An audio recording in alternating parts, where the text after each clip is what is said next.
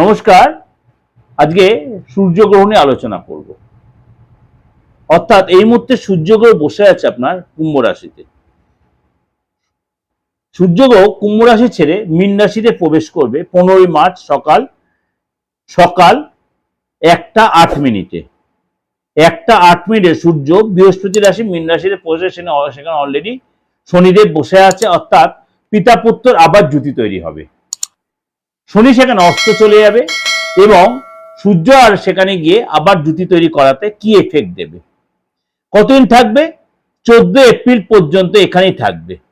14 April সকাল 9:38 সূর্য মীন রাশিতে অবস্থান, সেখান থেকে বেরিয়ে মেষ রাশিতে প্রবেশ করবে। অর্থাৎ 14 এপ্রিল পর্যন্ত সূর্য কিন্তু মীন রাশিতেই থাকবে সকাল 9:38 পর্যন্ত। এই সিচুয়েশনে 12 রাশির ক্ষেত্রে কিন্তু তার প্রভাব বিস্তার করবে। কেননা শনির সাথে জুতি তৈরি হচ্ছে, পিতা পুত্র সেই কম্বিনেশন হচ্ছে, কিন্তু সবার ক্ষেত্রেই খারাপ হবে কখনোই নয়। কেন? এখানে প্লাস পয়েন্ট হচ্ছে শনি এখানে তো অস্তগামী হবে। শনি 13 মার্চ থেকে আগামী 40 দিন অস্তগামী হবে। তার জন্য আপনাদেরকে আমি প্রোগ্রাম দিয়েছি। সূর্য হচ্ছে আত্মবিশ্বাস, সূর্য হচ্ছে পিতা, সূর্য হচ্ছে নেতৃত্ব, সূর্য হচ্ছে প্রতিনিধিত্ব, সূর্য হচ্ছে আপনার দায়িত্ব। এই হচ্ছে সূর্য আধ্যাত্মিকতা, সূর্য হচ্ছে আপনার গুরুত্ব। সুতরাং সূর্য যদি আপনার বাচ্চাতে ভালো সিচুয়েশন দেয় বা হাতে যদি ভালো সিচুয়েশন বা আপনার ফেস সিটে, কারণ এই সবসময় আপনার ফেসের মধ্যে 12 রাশির 12 গ্রহের অবস্থান সবসময় থাকে, হাতেও সেটা রয়েছে। প্রত্যেকটা সিচুয়েশন কিন্তু হাতের মধ্যে ক্লিয়ার, আপনি মনে এটা ভাবছেন সেটা প্রকাশ পাবে। সূর্যের সিচুয়েশন আর হাতে কি সিচুয়েশন সেটা আগে দেখবেন। হয়তো দেখালে বাচ্চাটা আপনার খারাপ সিচুয়েশন, তার হাতে এতটাই ভালো রয়েছে, আপনি তার রেজাল্ট কিন্তু আপনি পাবেন। কেন আমি আপনাকে একটু আলোচনা করলাম, কেন হাতটা নিয়ে তুমি আলোচনা করার সুযোগ হয় না। কারণ হাত নিয়ে আলোচনা করতে আপনি একে একে বোঝাতে হবে, সেই সুযোগ যদি কোনদিন আসে নিশ্চয়ই আপনাদের বোঝাবো।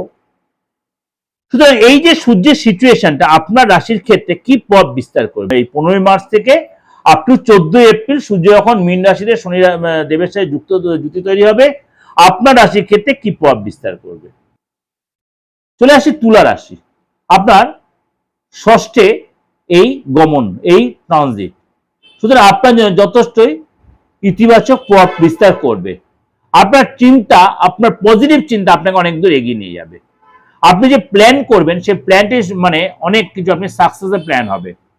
আপনাকে যারা ইগনোর করছিল, যারা হেয় করছিল, তারাই আপনার কাছে নত হবে, তারাই আপনার কাছে হেল্প চাইবে, তারা আপনার কাছে নত স্বীকার করে আপনার কাছে ক্ষমাও চাইবে। আপনার শত্রুরা কিন্তু পরাজিত হবে এবং আপনি আইনি আদালতের ঝামেলা যে যদি চলে থাকে আপনার, সেই সিদ্ধান্ত যদি আপনার ফেভারে আসবে। আপনি এই সময় কাউকে কিন্তু মানে ঋণ দেওয়া নেওয়ার ব্যাপারে যাবেন না, অর্থাৎ ঋণ দেবেন না, এড়িয়ে চলুন। অর্থাৎ লোন কাউকে ধার দেবে, টাকাটা এড়িয়ে চলুন।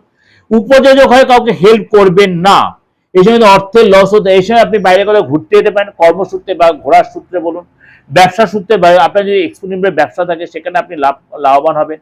বা দীর্ঘদিন যে একটা ব্যাকপ্যাক সিচুয়েশনে আপনি ফিল করেন, সেখানে আপনার অর্থের জন্য অস্থায়ী লস হচ্ছিল বা অর্থ খরচ হচ্ছিল, আপনি সেখানে লাগাম টানতে পারবেন।